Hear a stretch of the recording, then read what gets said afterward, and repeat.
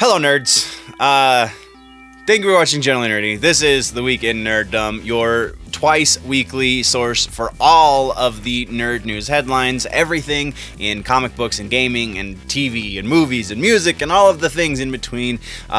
We're changing format just slightly this episode, and we're going to play around with an idea I had while I was researching. Also, we have an intro to hit, so let's do that before we do housekeeping.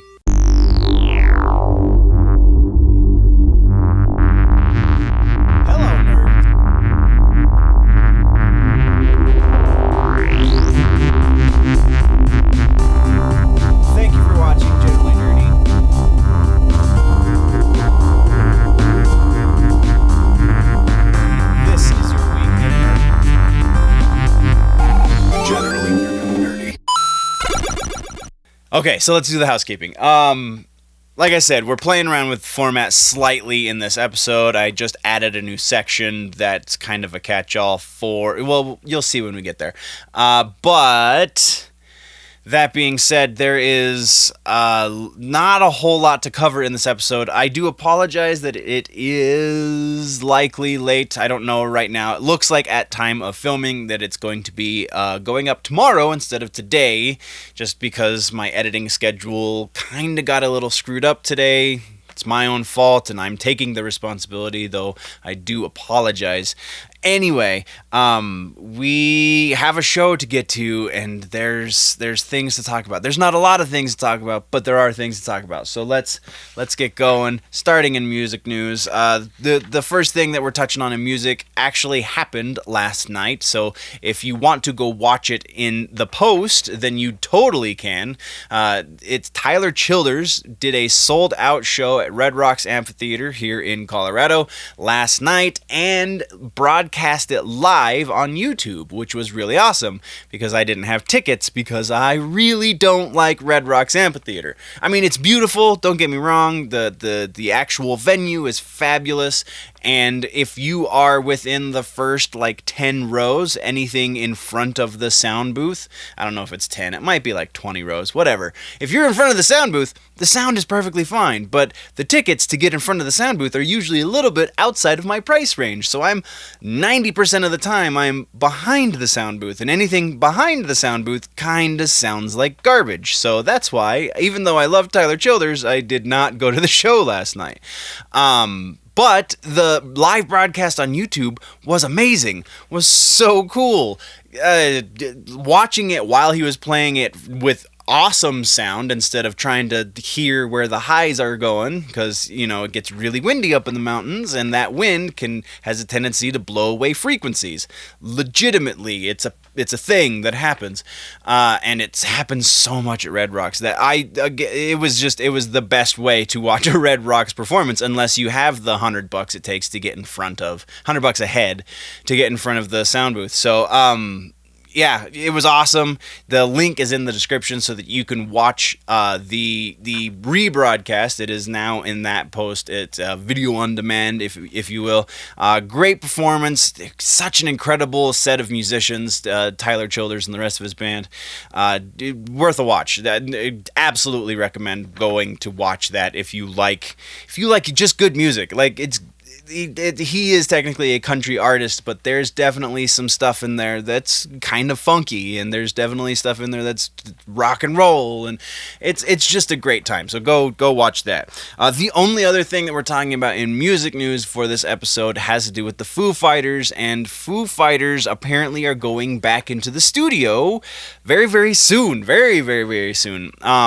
They told their crowd at the Rock in Rio festival down in Brazil last week that once they got back to California, that they're going right into the studio to record a new record, which is interesting considering that they just released 2 surprise EPs. Though there was no new material on the surprise EPs, it was all live versions of songs, and also demos and remix, different, I say the word remix and I don't mean there's a dance beat now, or it's a trip hop or whatever. They didn't change genres. They just took the existing material, the raw audio tracks, and mixed them differently. Therefore, a remix, not a remix. You know, nothing, no air horns were blowing when they did this. So, yeah. It's pretty cool. I really like the Foo Fighters. I really like Dave Grohl. I think Dave Grohl is kind of a musical genius, and I still want to be him when I grow up. So excited, and as more news about this comes out, we will definitely be talking about it, but we're going to move right along, shall we? Let's jump into TV news, and in TV news, it's going to be a short one. TV news, we have 2 points to talk about, first of which being Ghostwriter. That's right, writer, not rider. Ghostwriter, if you remember, was a PBS show back forever ago when I was a young lad that I honestly watched every freaking day, and apparently Apple TV Plus has picked up the rights to reboot the series. There is, if you follow the link in the description, there is, or the show notes or whatever you want to call it, there is a trailer for the new series, and I might have aged out of this one, but either way, I'm super excited that they're bringing it back because it was such a great part of my childhood. Next, we're talking about the official announcement for Season 4 of Stranger Things.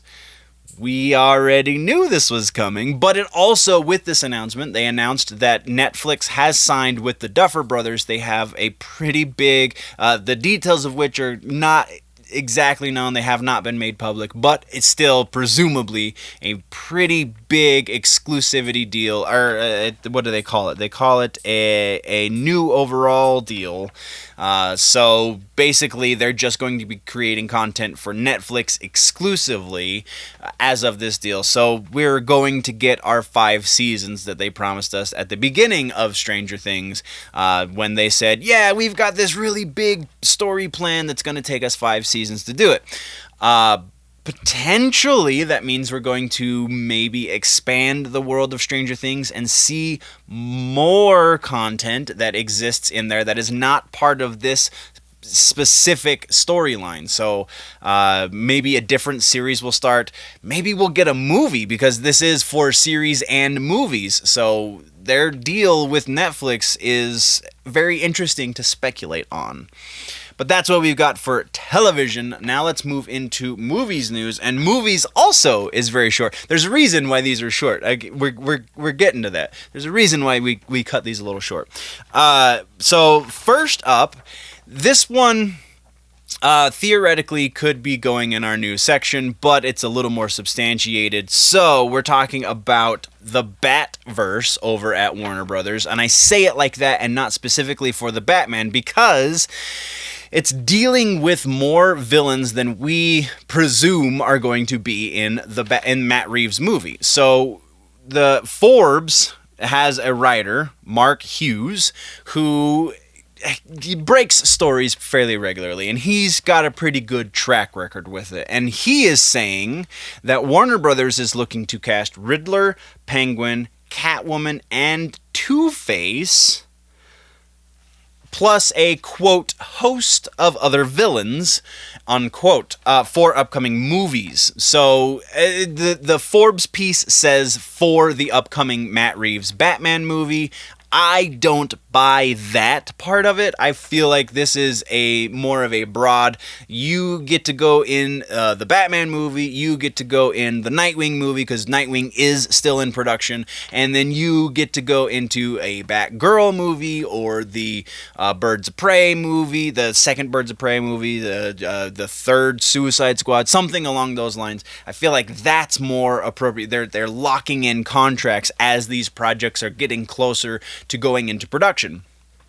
So Matt Hughes further goes on to state that Jonah Hill has been offered one of 2 roles. He has technically been offered both, but he can only take one, the Penguin and the Riddler. So theoretically, those 2 characters, those 2 villains from the Rogues Gallery are going to be in the Batman movie, in Matt Reeves' movie. So he is still in negotiations as to which one he would rather do, which one will be the more ideal choice for him. I don't know. I still am on the fence for Jonah Hill. Not gonna lie, still kind of right in the fence. But that is all Matt Hughes had to say about the topic. I feel like I'm passing this one off to you. Do you guys think they're going to put all of these villains in this Batman movie? And if so, is Batman going to be fighting them to any sort of degree? Is it going to be just a plethora of rogues for this one? Are they going to pull a Mortal Kombat Annihilation and just shoehorn as many characters as they can into this thing? Let's talk about that in the comments. Interesting to think about. But the next one we're talking about actually just got announced while I was gearing up to film this morning, so this section was potentially going to be even shorter, but we got an official announcement from Kevin Smith while we're at the height of the Jay and Silent Bob reboot hype. Kevin Smith definitely made the announcement on his Instagram this morning saying we will be getting a Clerks 3. He's going on a tour to mend fences with friends I didn't realize like he had offended or had broken ties with. I know though that the actor who played Randall, that was a known issue. I feel like I don't know exactly what happened between them, but that's the reason why there's been such a roadblock for doing Clerks material for him, is because some of the actors, specifically the guy who played Randall, were not responsive to doing another movie. Actually, he didn't even really want to do Clerks 2 until he read the script, and then still abrasive relationship with Kevin Smith for whatever reason, and now according to the post that Kevin made on his Instagram, fences are mended and people are excited about doing a new movie, and this is going to be a fresh script, which Smith has claimed to have just started writing within the last day or two, and it will not be the script that he wrote for this project about 2 years ago. So interesting. Love Kevin Smith's stuff. I specifically love the Clerks movies. As more about this develops, we will be talking about it. But that is the end of the movies section. Now let's get into gaming news. Gaming, we got the Mortal Kombat 11 T800 trailer released this morning.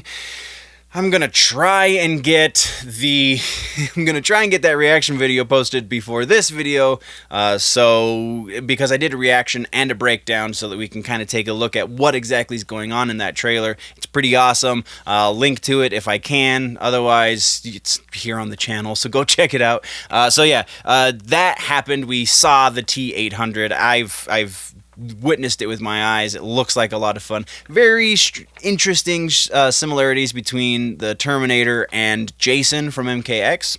But again, we'll go into greater detail in that video. The other thing that we're talking, again, just 2 points. The other thing that we're talking about in gaming is Call of Duty Mobile has launched. Call of Duty Mobile is exactly what you think it is. It's a first-person shooter on your mobile device, either Android or iOS. It's 5 versus 5 death matches. You've got frontline, free for all, search and destroy, a bunch of different modes. It is not a free game. I didn't see what the price was, but no way this is a free game. But still, it's interesting to see what they can do with the mobile platform, how the graphics processing and how the gameplay is different from one platform to the next, and how you can just in general translate that experience not super well at this point, as evidenced by like Fortnite and things that are multi-platform, but still really interesting. I'm very interested to see some people playing the Call of Duty Mobile. I don't know if that's... I'm sure you can do Let's Play videos with mobile games, because you can screen capture on mobile systems, so definitely going to be checking that out. But they also have mobile battle royale mode, which is kind of a staple. You have to have battle royale anymore if you're doing a fighting or a war game, a war simulator. So makes sense. Interesting. Moving on. Talking about comic books, we have a little bit more in comic books this time, and comic books. We got Game of Thrones is doing another comic book series. This is same producer that did... This is from the same publisher that did the previous Game of Thrones books, Dynamite Entertainment. Game of Thrones is coming back. It's not they're not redoing their Game of Thrones books necessarily. They skipped some parts of the original novels, and then they're picking it back up with Lady Stark. I can't remember exactly where, but it was somewhere in the middle of book 2 is where they're picking up. Not restarting book 1 or anything. The last time we had Game of Thrones comics was in 2017, and it was from the same writer. The writer is Landy Q. Walker, and the art will be from May Ruby, colors by Ivan Nunez, and letters by Tom Napolitano. Solid creative team, definitely. If you are into the Game of Thrones books, this is going to be more of that same quality, so that's pretty awesome. Next, we're talking about the current goings-on in Marvel. We have seen House of X and Powers of X, and now those are branching off into other books. We got a new book from Teenie Howard that is going to explore Apocalypse, kind of. It's a new Excalibur book, so the team is Excalibur, but that includes Apocalypse, kind of. So Apocalypse is in a place where he's kind of, sort of a good guy, but on the cover, which you're seeing on your screen right now next to my face, we see the words, "Some mutants are never happy." I think that's what it was. I didn't put it in the notes because I take horrible notes. But he's never a good guy. So the fact that they have him a good guy for a brief moment should kind of telegraph the fact that something's about to happen. So that's going to be a very interesting read as we get more into it. Next, we're talking about Todd McFarlane and Spawn. As of book number 301, Todd McFarlane is a Guinness Book of World Records. There we go. That's the tongue twister I was trying to say. Todd McFarlane is now a Guinness Book of World Records holder for the longest running creator-owned superhero comic book series. There's a lot of qualifiers in that statement that you have to get just right. Which, it's either way, it's still pretty awesome. The longest running, that's incredible. That is... and it couldn't go to a better book. Spawn has always been a staple amongst the independent, I guess you could call it, the independent publishers, and Image is a powerhouse when it comes to publishers that are outside of the big two. So definitely he's done something absolutely right, and couldn't be a greater dude to get that. Now let's move into the rumor mill. That's right, this is the new section for the episode. Maybe we'll keep it, maybe we won't. Let's find out. So rumor mill, we've got a bunch of rumors dealing with Spider-Man, and very specifically, not very specifically, but more generally speaking, rather, the MCU as a whole. And as we're gearing up for it, we already basically know what Phase 4 looks like. We have an idea of what to expect for Phase 5, judging by what's missing from Phase 4, namely Black Panther 2 and Black Widow. Wait, no, Black Widow is almost done. But that's getting ahead of ourselves. So let's get into the Spider-Man 3 rumors. So we have some rumored plot details, and I take everything in this section with a very large grain of salt because it's coming from unsubstantiated sources. It's coming from lesser reliable sources. That's why I'm not including any of the links for it, because and a lot of it is just kind of passing references from different sources that I then connect with the other sources that are less reliable. So all of this stuff is from kind of a plethora of places. So it was really, there would be like 16 links per bullet point if that was the way, if I was including all of the links to all of the sources for where this information comes from. So just right now, take it as rumors. Once we can substantiate these rumors, I will include links for where that substantiation comes from. Works? All right, let's get in on this. Spider-Man 3, we got rumored plot details that include Kraven, which makes sense because we've already discussed the fact that it is confirmed Spider-Man will be in the Kraven the Hunter movie that is in early stages of production at the moment. They also include Chameleon and the Fantastic Four. At the very least, John Krasinski as Reed Richards in a stinger scene at the end of the movie, after the credits and all that jazz. So, other rumors that come from slightly more reliable sources, but I don't want to believe them because they're less fun. Other rumors that kind of are talking about how this third Spider-Man movie will be the last Spider-Man movie in the MCU because they will be using this as a vehicle to write him out of the Marvel Cinematic Universe, if you will. But then we have other rumors that really fly in the face of that because they're talking about how Sony really wants to take this opportunity and integrate more of their Spider properties into the MCU, even in a passing kind of way. So one rumor has it that they're putting something in the Venom script that will reference events from the greater Marvel Cinematic Universe. There's another rumor still that has the Sinister Six being incorporated into the Marvel Cinematic Universe a little more directly, in that they want to use Mysterio in the Sinister Six, and since Mysterio kind of comes from the MCU because he worked directly for Tony Stark, that's a more direct connection than just referencing events, right? So there's that. There's team-ups, which we're going to get to that in a second, but there's a lot of stuff that the rumors are saying Sony really wants to capitalize this partnership, though that will very potentially take another contract dealing, because all of the rumors and pretty much everything that we've seen that's legit even says that this deal that Sony and Marvel have struck really is only for this one movie. If they want to do more movies going forward, then they're going to have to strike another deal. These same rumors that are talking about integration also have Reed Richards as being Spider-Man's new mentor. So that relationship, now that Iron Man is dead, Tony Stark is gone, potentially makes sense. That's actually kind of really interesting. There is one rumor, which very likely is untrue, that the Avengers Tower will become Oscorp Tower. That seems a little bit too integrated at this stage of the game.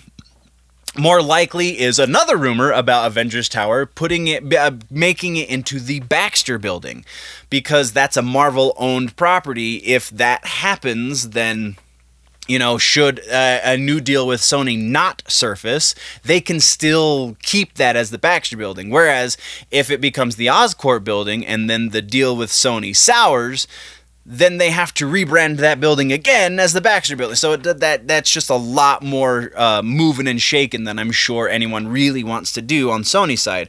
But also this same rumor that has Reed Richards as Spider-Man's mentor is the one where we get John Krasinski as Reed Richards, is one of the ones, because there's a few of them that say John Krasinski is being courted to play Reed Richards, but also they want his wife, Emily Blunt, to play Sue Storm, Reed Richards' wife in the comics, right? So that's kind of cool if that's, real and a thing that's going to happen. Also, there are plenty of words going around about potential cameos in the Spider-Man 3 movie. Those cameos very likely won't happen, judging by the timing of things, but it is interesting to think about the possibility, because we will be nearing the end of that Netflix exclusivity clause for their Marvel properties. So rumor has it that Daredevil and Kingpin, the characters, very likely, if it is the characters, it won't be those actors, but we still might be seeing Daredevil and the Kingpin up making some sort of cameo in the third Spider-Man movie. And one rumor even goes so far as to say that Matt Murdock is going to be Spider-Man's lawyer as he's dealing with this identity reveal issues, maybe he's going to be suing somebody, or somebody's going to be suing him because he's Spider-Man and he did something that they didn't appreciate, and so I don't know. It was really murky on the details, but it's interesting to think about bringing Matt Murdock in as Spider-Man's lawyer, because they have a relationship in the comic. I mean, they all have relationships in the comics, so that's whatever. But that kind of moves us into the team-ups that I mentioned briefly a moment ago. There are rumored discussions to do team-up movies where we're going to potentially see Spider-Man and the Human Torch do a team-up movie, maybe even Spider-Man and Deadpool. That one they've been kind of kicking around for a while. We talked about that a number of times, actually, with the Spider-Man 2 rumors as that movie was going into development. So very interesting. But continuing down that Fantastic Four side of things, we have another... This one's not Spider-Man related directly. This one's more MCU related. There is word that the way that Feige and company are going to incorporate the Fantastic Four into the greater Marvel Cinematic Universe is that they will have been there from the beginning. They will have been there in the 70s when all of the craziness started happening. And then somehow the four of them disappeared into the negative zone. And from the negative zone, they reemerge in present day, having not aged since the 70s. And that's a really intriguing way to bring them in. We already know that we're going to be seeing something dealing with Fantastic Four in Phase 5. Very potentially, we will be seeing stinger trailers in Phase 4 that are going to be teasing the Fantastic Four. So it's super likely that they are looking to cast these roles, and also super likely that they are starting to work on early versions of this script. So yeah, that will be really interesting. One last Marvel rumor we're going to be talking about is Black Widow. William Hurt, who played Thunderbolt Ross in the... which one? Civil War. Sorry, brain just shut down. In the Civil War movie, he has been rumored to have been on set for the reshoots on the Black Widow project.